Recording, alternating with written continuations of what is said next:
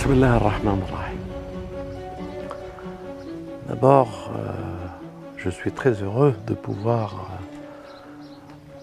après une petite convalescence, m'adresser et rassurer nos internautes, rassurer tous nos frères et sœurs pour mon équilibre, ma santé et les difficultés qu'on a pu subir et les pressions. Les fast news des presses qu'ils ont sorti un bobard comme quoi que nous avons demandé et que nous sommes passés au tribunal pour que la salle de prière ne soit pas fermée, etc. Et ça a été repris par tout le monde. Et tout ceci, bien entendu, sans aucune retenue, ni vérifier que si l'information est vraie ou fausse. Ça a été balancé et ça a été repris par les plus importants journaux de l'Hexagone ainsi que par l'étranger qui ont suivi. En somme, pour vous dire que nous sommes dans un monde où l'information, n'y croyez pas trop, ne suivez pas les médias sans vérification, sans que vous vérifiez à la source. Personne ne nous a appelés, ne nous a demandé s'il était exact que nous avons formulé un vœu pour que la salle de prière soit ouverte et que non, ils ont balancé ce que la presse, fast news, c'est comme ça qu'on appelle, face news, ont balancé. En somme, nous sommes dans un monde de communication où il n'y a pas de pluralité, où les gens ne s'expriment qu'à travers une origine d'information. Et c'est comme si l'information est devenue la nouvelle Bible et que les journaux sont devenus les nouveaux prophètes. Et c'est de là que je peux vous assurer tout ce qui a été dit dans l'Évangile, dans la Bible et dans le Coran, de se méfier dans l'eschatologie, dans les temps futurs, des faux prophètes. Et il s'agit bien entendu des messagers du mensonge, de la diffamation et le trafic d'une réalité sous un angle d'orientation, de mensonge, de quiproquo, le doute. Nous combattons le doute, nous combattons dès notre existence.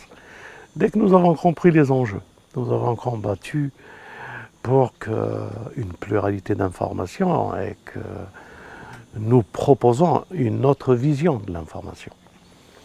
Cette vision était tellement forte que notre JT télé qui apparaissait une fois par semaine passe l'info et que le Centre Zahra, qui était le promoteur de la vision d'une réalité que l'islam proposait aux hommes et non pas ce que le wahhabisme ou ce que d'autres écoles professaient pour des intérêts mesquins, économiques, mondains, temporaires, et qui n'allaient pas à la profondeur d'élever les âmes, d'élever la pensée, d'élever l'esprit, d'élever la philosophie, d'élever la sagesse à son niveau maximum, déteneur d'une vérité qui pouvait satisfaire l'ensemble des hommes, que ce soit les hommes de l'Est, les hommes de l'Ouest, les hommes du Sud, du Nord, sans aucune ethnie, ni couleur, ni religion,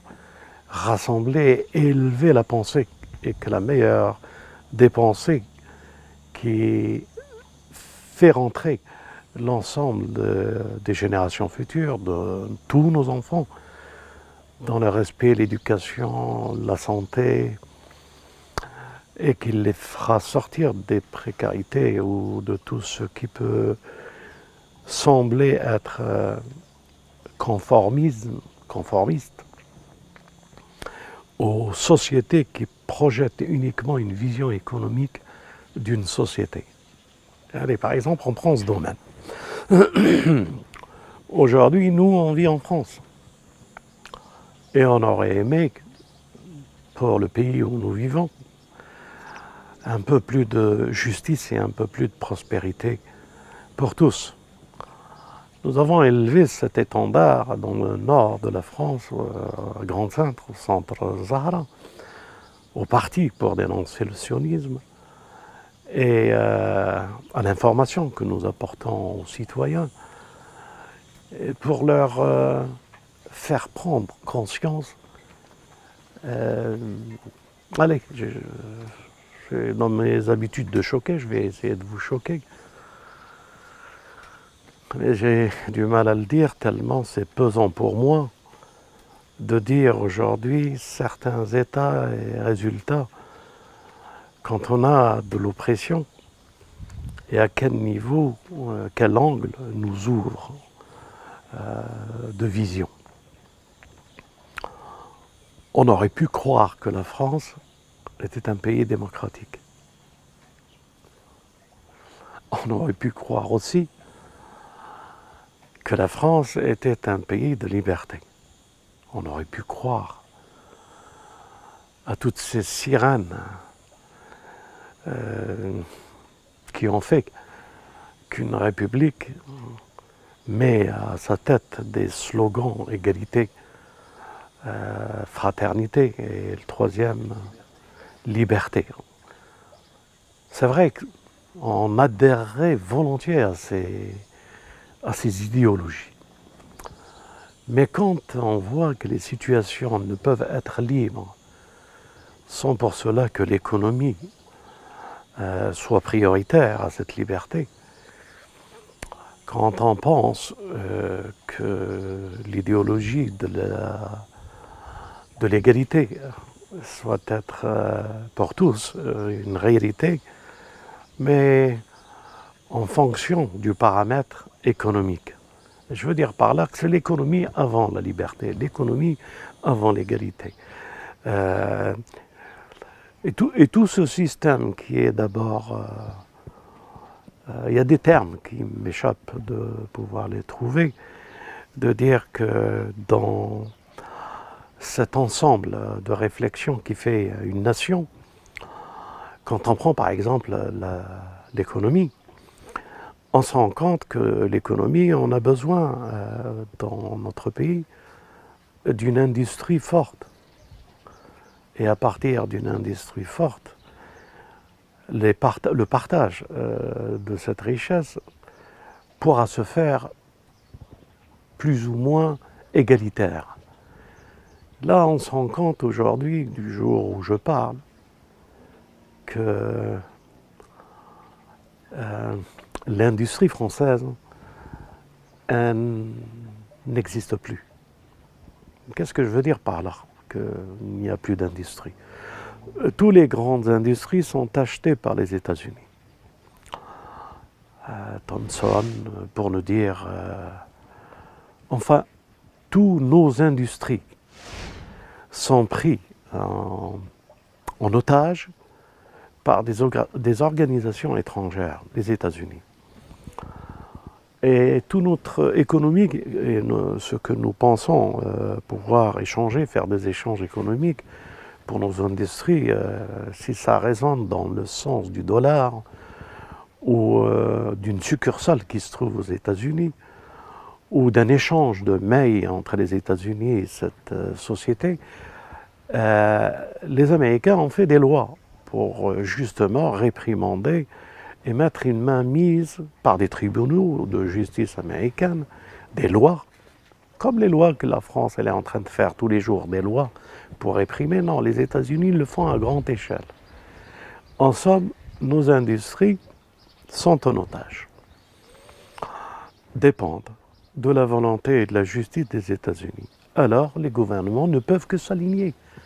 Les Européens ne peuvent que s'aligner, la France ne peut que s'aligner.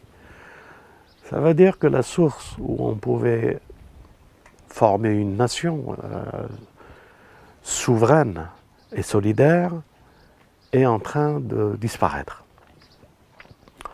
Nous arrivons, Centre Zahra par exemple, lorsque nous étions un centre associatif, maintenant nous sommes toujours ce centre, Mais nous ne sommes pas associatifs, nous sommes ni parti antisioniste, ni association Sanzara, mais nous sommes des hommes et des femmes libres de pouvoir d'apporter ce que nous pensons être juste pour tous. D'abord pour les citoyens français, dont nous partageons le pain et le lait. Nous laissons le vin pour les autres, et que, à leur santé, et à la nôtre avec notre façon d'être et notre nourriture, etc., etc., le respect qu'il se doit dans ce sens. En somme, on se sentait un peu solidaire, ou s'il arrivait quelque chose à la France, c'est comme si ça nous touchait. Et ils veulent nous enlever cet esprit, ils veulent nous faire comprendre, par leur attitude, par les pressions qu'ils ont dû recevoir par Salman, l'Arabie Saoudite, et les contrats, comment on dit, morabulants, des contrats gigantesques, par l'économie, pour que nos industries, on revient toujours au même système, pour que nos industries puissent donner et dissoudre un peu la précarité, pour que nos industries marchent. Nous avons reçu ces pressions-là. Si ça peut donner une survie à 30 millions de Français, ce que nous avons subi, nous sommes prêts nous acceptons ce martyre. Aujourd'hui, nous sommes des martyrs d'une situation et d'une politique économique et d'une industrie. Néom, l'Arabie Saoudite, le wahhabisme, nous avons associé le wahhabisme au sionisme, et de ce fait, on a subi ce que nous avons subi. Je sais qu'il y a des dégâts collatéraux, et j'ai l'impression que nous en faisons partie, mais c'est trop flagrant. Alors il persiste. Ces Castaner et ceux qui sont autour de lui, ce Macron et ceux qui sont autour de lui, d'agir et de faire encore de plus de pression. Imaginez-vous, on est au mois de juin. Ils ont renouvelé le gel du parti antisioniste. Pardon? C'est le mois de juin qu'ils l'ont fait, hein? Fin juin. Donc, ils ont gelé encore un parti antisioniste, un compte d'un parti sioniste qui n'existe pas. Allez, on va dire, c'est des débiles, mais c'est pas grave, la débilité, elle a des degrés. Ils ont été aussi gelés Sanzara, le compte du Sanzara. Alors que le compte de Sanzara, compte du parti antisioniste et tous les comptes, n'existent plus. Ils ont été les gelés encore, on a reçu des notifications pour motif. Mon compte a été gelé. Et le compte de Cheikh Abdelkrim a été gelé, le compte de Cheikh Jamal a été gelé, mon compte, le compte de Béchir aussi, il a été... en somme, 4 comptes ou 5 comptes des membres de notre organisation ont été gelés. Allez, tenez-vous bien, la débilité totale. Pourquoi? Ils ont renouvelé ce jeûne. Eh bien, ils disent, parce que nous continuons à parler. Est-ce que vous trouvez qu'un gouvernement respectable, avec des hommes équilibrés qui le dirigent, peuvent agir de la sorte? En quoi ça les dérange que nous prenons la parole? De quoi ont-ils peur? Que notre parole sensibilise, rend la conscience aux citoyens? En quoi notre parole est un danger pour la France? Lorsque nous disons que les Gilets jaunes sont dans leur droit de revendiquer et de démontrer la précarité qu'ils vivent et que nous les soutenons. En quoi démontrer l'alliance wahhabo-sioniste et les méfaits qu'elle fait au Moyen-Orient, en France, avec ses lobbies, et partout dans le monde. En quoi cela dérange la République française? En quoi ça dérange les millions de citoyens français s'ils entendaient cela? Quelle est la chose quelle est la puissance de cette vision qui dérange et en quoi cela apporte ou affaiblit la nation. Dans notre esprit, elle ne fait que l'agrandir dans la conscience, de chercher la justice pour tous. Mais nous n'avons pas pris paramètres industrie, économie et temporaire. En somme, il existe des lois, et ces lois de mariage temporaire,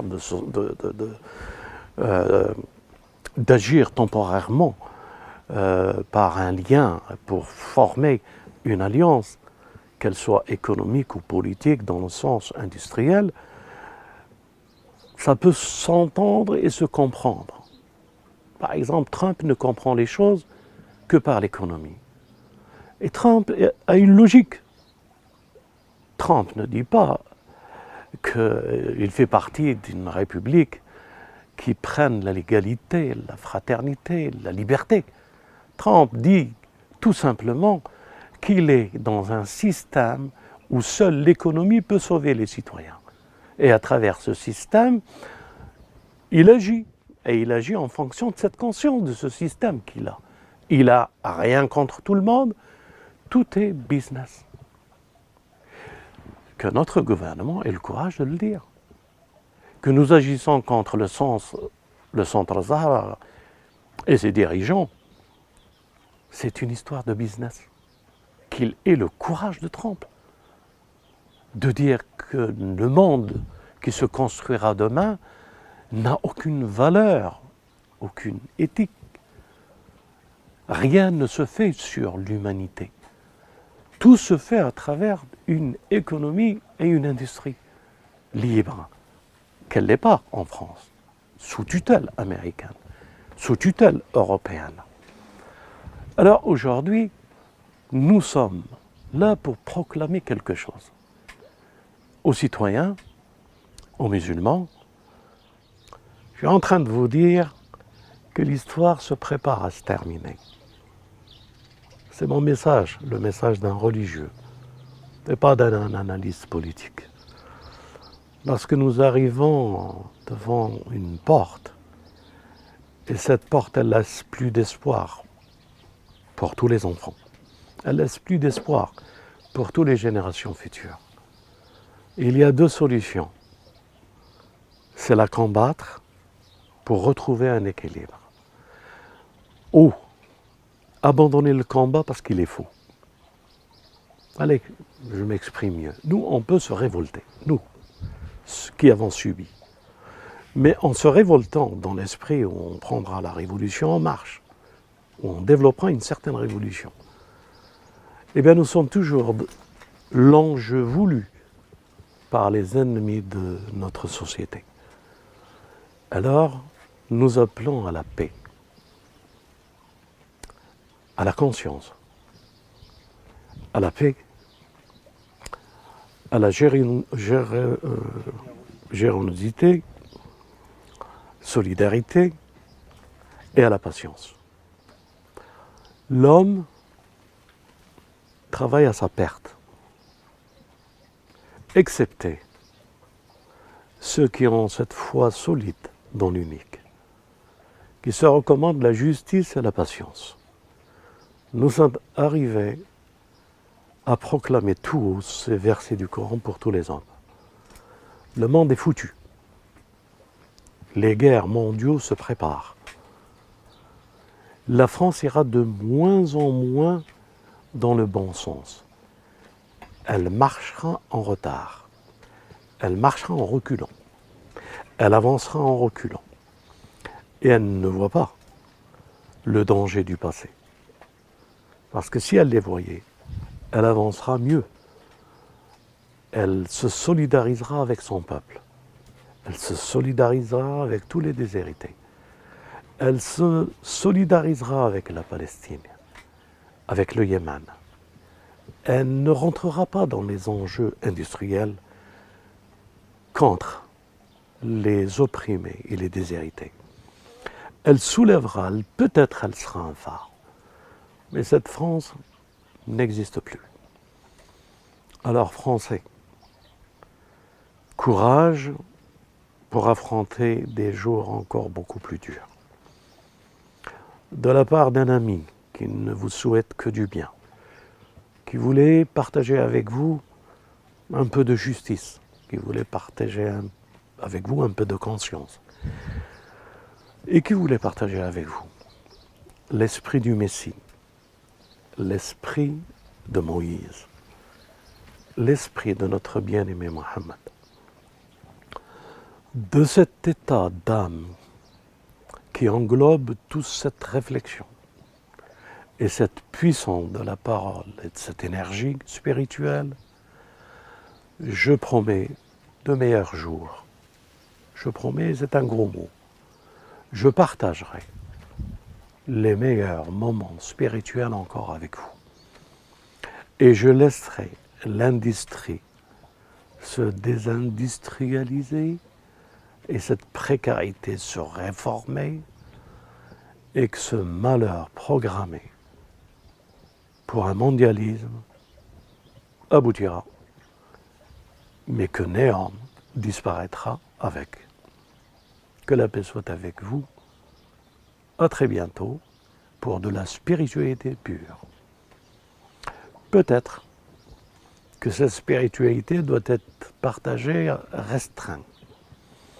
Eh bien, peut-être que je suivrai les conseils de nos jeunes en créant, en faisant, je ne sais pas comment on appelle ça, privé, une chaîne privée. Et alors là, que Dieu nous assiste pour qu'on puisse marcher ensemble. Que la paix soit avec vous. Votre ami Yahya, de l'étranger, vous transmet ses salutations fraternelles. Salam alaikum wa rahmatullah.